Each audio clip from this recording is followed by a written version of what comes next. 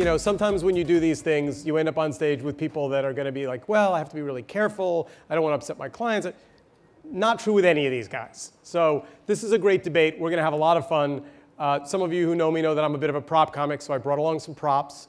But before we get to the props, I just want to tell you who's on stage, because sitting in the audience, it occurred to me that you may not know the background of these folks. So first of all, to my left, Jay Samit. So Jay is the CEO of Social Vibe. Now, they bill themselves as the internet's largest engagement advertising platform. And we're going to get into that a little bit and see if they really are the largest. But they say 200 million social media users, which is a big number. Jay's been at the media thing for a very long time, 25 years with Sony, EMI, Universal, and he's even worked for President Clinton. So we get to talk politics a little bit. Next, we have Shani Higgins, who is the CEO of Technorati. Now, she joined Technorati in 2007, and previously she held senior management roles at InfoSeek, Go, Disney, Ziff Davis, Bendeck Investment Group, Tacit Software. And I'm going to gamble that she's actually an East Coaster. Yes. And that Technorati really is feeling the pull to be moved back toward New York. We're going to see if we can pull that off in the next half hour. And then, last but not least, Dave Ione, who's the trade marketing manager of Heineken. So he recently made the transition from the agency side to the client side and joined Heineken USA's trade marketing team. He's the former digital integration strategist who used to work on Skoal, Trojan, Diego Brand, Captain Morgan, Guinness, and Cuervo. So if I get this right, it's tobacco, condoms, and liquor. Yes. No guns? Not yet. Let's see what happens. And I got the seat on the couch. Yeah. And my name's Steve Rosenbaum. I'm the CEO of Magnify.net and write a lot about curation. And this is going to be a debate about trade earned, or about paid, earned, and owned. And so I thought I would start by just kind of defining our roles a little bit. So I brought a prop. So each of you gets a packet with 3 labels. This isn't rehearsed. Yeah. Right? So talk about this. What I'd like you to do is just look through and pick the one that you feel most comfortable arguing, defending. Don't show it out. It's going to be just a pretty. I was trying to remember the game show this came from, where you used to have your cards and then you had to turn them over. Nobody remembers the game show? Which? Newlywed Game. Thank you very much. You've just dated yourself. So are you all ready? Have you picked your favorite label? I will. All right. Now, if I were better prepared, I would have brought a better prop element than this, but unfortunately all I brought was Scotch tape. So I hand that down. Everyone gets a little piece. It won't. You could do that on your forehead. See, that might work. Where are we putting them? Wherever you like. It's a label. You can forehead, jacket. And you can wear it for as long as you feel comfortable. I need the tape X. I need another tape. I have one for myself as well. So there you go. See? I believe we have a photo op. All right, so owned. What do we have here? Paid. Paid. So nobody. I'm picking all 3. What? You're picking all 3? Well, you're supposed to pick one. We didn't rehearse. To argue that one is more important than the other? Well, No, if it's a debate, you have to pick a side. With mine, if you buy paid, you get earned for free. And for every one of the paid you get, I give you 10 of these for free, guaranteed in the IO. So Jay clearly has something he wants to say. Jay, we're going to start right with you, Jay. You've said that the impression is dead. The impression's dead. There's some people in the audience whose livings just vanished. Can you talk a little about what that means? By the way, I gave myself a slightly different label. My name is Jay Samit. I'm a recovering impression buyer. My last job, I used to spend $1.8 billion on impressions a year.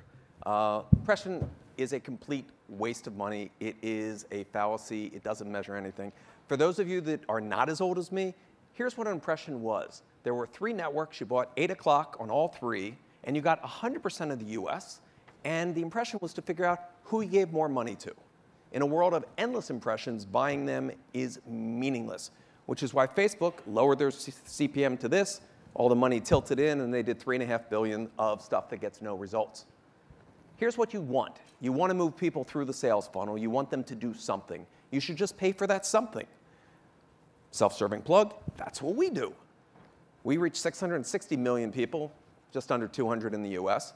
And we reach them when they want to engage with the brand. They raise their hand, they volunteer, and they said, I would like to see an ad. I enjoy that ad. Thank you. I will share it with my friends, 130 of them. Why do they do this? We're at those pause moments. We're the people that power all of those paywalls that you hate and hit. And instead of paying, spend time with Procter & Gamble or McDonald's or Nestle or Unilever or Heineken and pass for free. So hold on. So David, why doesn't a brand like yours just take your entire dump truck full of money and dump it in his lap? Say, you know what, you're right, we're never going to do television advertising ever. We're never going to do conventional paid advertising ever again. Whoa. Well, I think, you know, George brought up a great example earlier, The Most Interesting Man. And this is a campaign that started years ago and is truly an example of a great paid campaign. But the result of that campaign doesn't just end on the screen, it goes beyond that. And so the 20,000 stories that he referenced are lines that came up as a result of that campaign and the awareness that's been grown around there, you know, moves into the earned realm. So the place that you play in earned is slightly different than some of the earned impressions that we're going after in the PR realm when we push forward and do different sorts of programs that their success is based on the awareness that we derive from paid media. So dumping all of it into the earned space, I think it's a balance of utilizing your owned equities along with paid to help drive awareness and traffic. And then if it's something that's interesting enough from a content standpoint or an activity standpoint, then consumers are going to take that, run with it, and share it with 130 of their friends. And I don't disagree. I mean, when you look at those great Super Bowl commercials that you all enjoyed, and then you wonder how they all ended up in your Facebook feed, there is not a kid sitting there that recorded it, burned it, edited it, uploaded it, and it started organically going. It's us. We give it to the right people. They then only have to hit one button and it goes to all their friends. Yeah, so I'm going to push back on that because I've been seeing more and more video recorded off the screen. I mean, you're telling me that somebody's holding their iPhone up on your team and making it look amateurish or? No, there's getting the asset from I know. There's tons of people that do that, but more and more what you're seeing is beautifully shot stuff. You're sitting there, you're addicted to Farmville. You play for 40 hours a week, you're loving it, you're having a good time. There's a cure for that, isn't there? Yes, it's called their next game. I love Zynga. Zynga delivers crack, and it's very addicting, but you're always this close from the thing that you want. Now, you can either take out your credit card, which you don't want to do, or engage with this ad and get your farm cash for free, or your piece of music, or that article behind the newspaper, or whatever it might be. And that's where that person now has a moment where they say, wow, I have nothing else to do. Thank you, brand, for engaging me. And the secret sauce is, in social, we're integrated into every user's account, so we know who they are, what their age is, everything. So I have spent past 30 years watching tampon commercials. I have yet to become a customer. Every time I see a tampon commercial, that money is wasted, okay? It doesn't make sense. 100% of your money should be going to something that works. With a 1/10 of 1% click-through rate, that means 99% of your money is wasted. Only Congress can top that. So Shani, I have to ask this question. Yeah. The last time I checked in on Technorati, you guys were the world's first blog search engine. Mm-hmm. When I knew that we were going to spend time, I went and looked at the site today, and it now says you provide services to blogs and social media sites, connecting them with advertisers who want to join the conversation. Mm-hmm. What does that mean?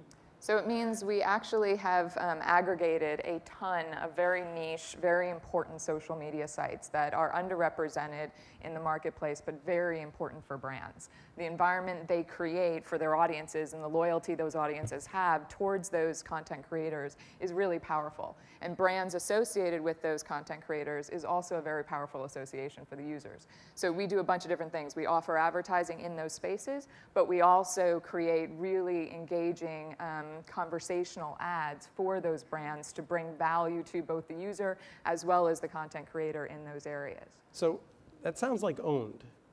It's a combination of a lot of things because the best way to give you an example of what we do is to take an actual sort of client example. So we did a deal with Sony when they were releasing one of their HD cameras in which they wanted to basically be the power behind the thought leaders going to South by Southwest. So they wanted to get their cameras in the hands of bloggers, and they wanted those bloggers to basically record all of their interviews as opposed to just writing it up.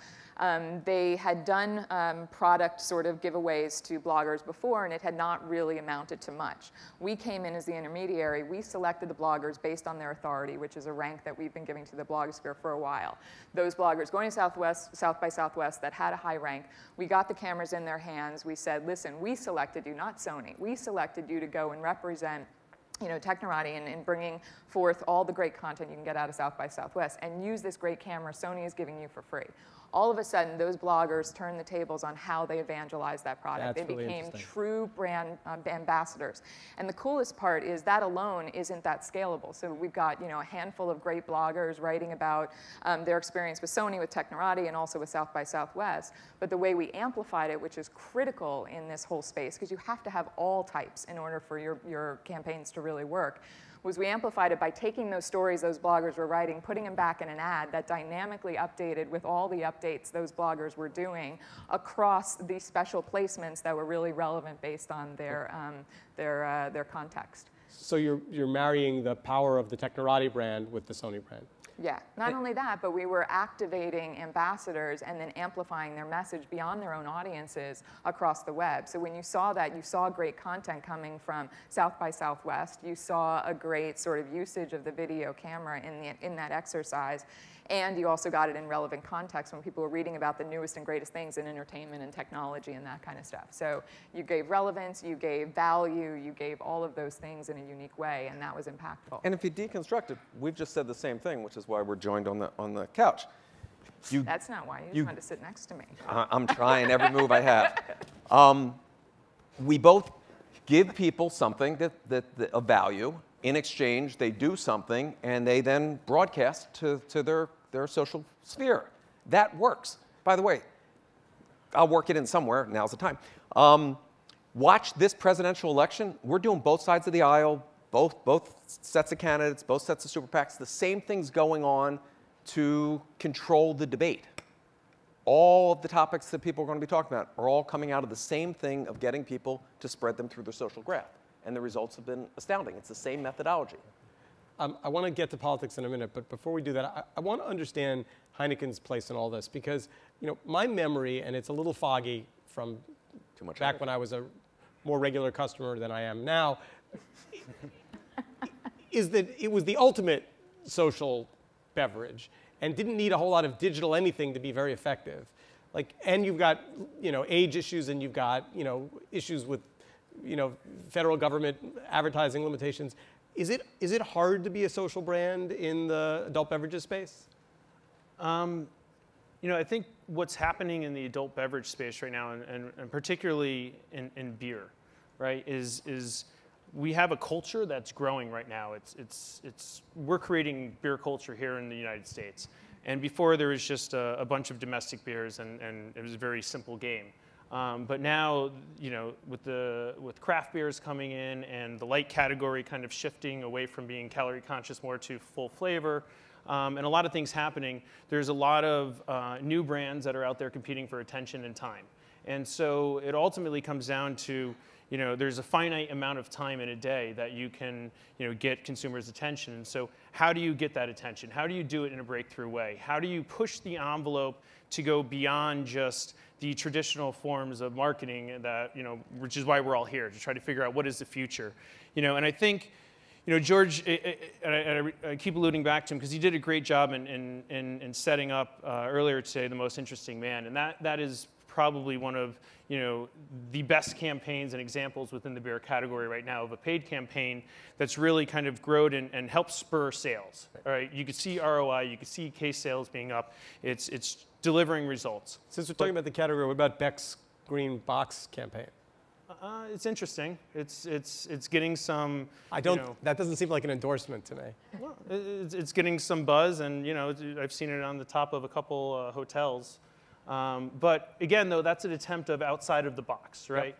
And so, we have this campaign, so how do you progress that forward? Well, imagine this in the boardroom, right? In the winter time, the agency came to us and said, okay, how we're going to really blow out Cinco de Mayo is we're going to come up with this idea. It's going to be over the top. It's going to be incredible. It's all about food trucks. And the brand team's sitting there going, food trucks. Okay. So then the agency goes, no, but even better than food trucks, right? It's going to be about really weird, interesting food like ostrich and crickets and scorpions and cow tongue. And we're going to drive this truck around New York City and we're going to hand out tacos, really weird, interesting tacos. Hold on, so you're going to drive a truck around, you're not going to give out our product? You're not going to hand out beers? No, we're going to hand out really interesting tacos. And so that idea manifested itself, and suddenly the groundswell around that event was that within a less than 2-week period of time, you gained 2,500 different tweets. You gave out 3,000 tacos. You ended up getting 40 different stories that net a total of 9 million media impressions. Well, that's all earned as a result of creating this outside of the box Feast of the Brave taco idea that was part of the brand's DNA, which is about challenging guys to go outside of themselves and be interesting and prove they're interesting. And someone didn't come back and say, how does that sell beer?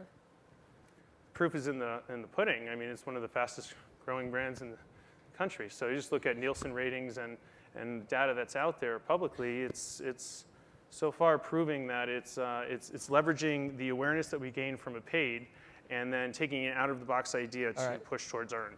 So let's do owned for a minute, because it's the new category. There was a slide that I saw the other day that had both earned and paid kind of on a downward trajectory and had owned crossing in 5 years and essentially being the upward and to the right phenomenon. And there's a reason I didn't put owned on and I put enabled, and we'll talk about that in a minute. But let's start with owned. Does anybody think that the real future is essentially advertisers shifting from making less ads to making more content? Is that really where it goes? If you can define content as something of value, yes. And it depends on the brand. And it absolutely does depend on the brand. But the more value you can present to your target customer, the better. And it doesn't mean you have to be the creator of the content. Yeah. You can be the sponsor of it. You can be the aggregator of it. There's so many ways you can define own content. Yeah, I mean, one of the reasons why I don't like the word owned is because if I write something and somebody retweets it and that ends up in a brand space, you don't own my content. You're borrowing it. You're linking to it. And I think own suggests I wrote you a check. You created it for me. And I think for brands that are doing the owned math, they're scratching their head going, wait, we can just barely afford to make what we're making now, and you're telling us we have to make a lot more? And so my message back is no, you have to curate a lot more. Well, if you go back to an old medium, television start is all owned. Texaco owned Milton Berle. P&G owned Guiding Light. And what happened over time is you're going to have smaller brands and other people that want to come in to deal with an audience that can't make that multi-year, multi-million-dollar commitment. If you just want to reach 20,000 people, you should be able to reach them where they are, what zip code, what demographic, exactly the way you want, and then have them be turned into a medium for earned, which is what all these examples are about. Yeah. So I want to make sure we have time to answer a couple of questions, because this is a good group of marketers on the stage. We have some mics floating around. I don't. Just yell it out. But then the online crowd will not be able to hear. I'll do it. Where did the mic bearers? The mic's waving. Okay, way in back. So if you have a question, just raise your hand, and the mic folks will come along. And in the meantime, we'll continue along. But we'd love to have you join. Ask a question to get exclusive content back. Over there. That's right. Exclusive content. Yes. Oh, yeah. It's bright up here, by the way. Way over there. So David, do you think that the focus of the social media industry and measurement is overblown, and we should just use the metrics that you're pointing to already for proof whether our stuff is working? I don't think there has been a clear understanding and that we all agree on what those metrics are. I think we're still, in forming what those metrics are. So for instance, right, social behavior online in the social space is still changing, and so are the social norms and behaviors that result. So what we measure now may be slightly different. I mean, at the end of the day, we're trying as marketers to cause action. So action to either think about a product, think about a brand, consider it, and or go out, do it, or tell someone about it. So I think it depends on what it is you're trying to achieve and what actions you're looking to get as to what metrics you're going to use. Yeah, I'd take it one step further. We now have the technology, and there's enough brains in here in some of these presentations to measure a whole bunch of things. A series of stats is not giving you insight, okay? You can know my blood pressure, my IQ, my weight, and everything, and not know that I'm a jerk, okay? So spend 5 minutes with me, and you can skip the measurements. What we try to get our clients to do is put aside the media buyer says we need this many impressions. Why? To do what? I want to sell this many movie tickets. We'll sign on the IO. You know, here's how many tickets we'll sell, and here's how we can prove it. How many cases will move? How many people will show up at a flash mob? How many people will share? You know, whatever that important KPI is, you now have the tools to be able to have that guaranteed with every dollar you spend. And to focus on some abstraction from a different era to justify existence, you'll justify yourself out of business. So I have to just say that on both sides of the couch, you make it sound like the thing's built and all they have to do is turn the crank. Plug in. I think Dave is saying a little bit differently, this is actually really complicated and we're using lots of tools. And it's constantly evolving. I mean, you gave me a great example backstage where you guys had done a campaign where you were looking for contest entries. And you ended up getting 1 million YouTube video watches, which wasn't even part of your KPI. And all of a sudden, that's a value that you weren't looking at, but was a repercussion of a really great program. There's a Vans example recently where it was like somebody did, I forget the actor who did How to Pee in Public, and did a video for Vans where all he did was wear the shoes. He didn't mention it, it wasn't whatever. It became super viral, and it was like 5 million views within a day or two. It was crazy. And you can equally do it poorly. There was a QSR that did free trip to the World Cup last year, and all you had to do was make a little organic video with the soccer ball. They got 8 entries on Planet Earth, okay? On the other hand, and now I gotta obfuscate a client. There was a brand that made these amazing videos for the Winter Olympics, and they did $1 million takeover of a site that has a lot of videos. Boy, this is tough when you're being recorded to tell these stories. And they got 300 plays. Agency goes, oh my God, we're in trouble. Comes to us. The next day, we got them 400,000 plays. But it isn't the excitement of the plays. It's the fact that the people, since we had these 5 videos to choose from, we said, let them decide. And it turns out the average person who watched 3 of them went on that mega site. They couldn't get anybody to find them. So I think, one of the things, we're all professionals in this room. And to a degree. And I think we're all capable to some degree of being teachers too. But I think in this environment right now, and as it continues to evolve, it's important to be students. And right now we're being students. We're students up here, you guys are students down there, but I think the students are the ones that are going to pioneer the future by learning from the examples of the case studies that we're currently building right now. And so experiment, go out, try different things, but measure. Whether or not it makes sense to invest all of the money in with you guys, not sure, but play with it. I'm not saying that we're going to do that, speaking out of turn, but no, but push it and try it. And I think that's some of the themes that we've seen. You learn by experimentation. You learn more by failure. Yeah. We have, to self-plug, up on the Social Vibe site, we have over 200 case studies, CPG, QSR, travel, financial.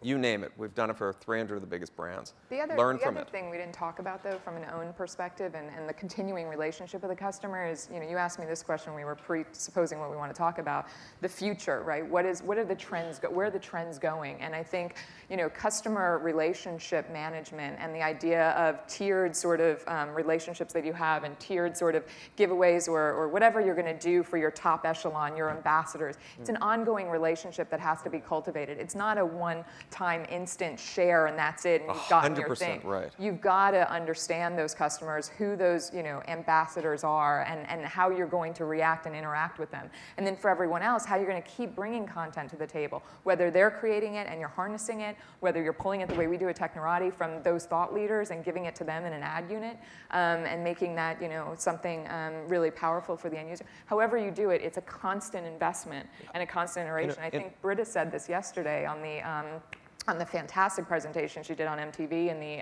millennials, that they are constantly iterating their brand within these social media environments. They're seeing what their friends are doing, what's working, what's not working, and they're doing more of that. And the way we do that with brands and our own sort of products and stuff is critical for our success long And if you work this hard to get fans, to get a list, it's just like a decade ago when they were getting email addresses.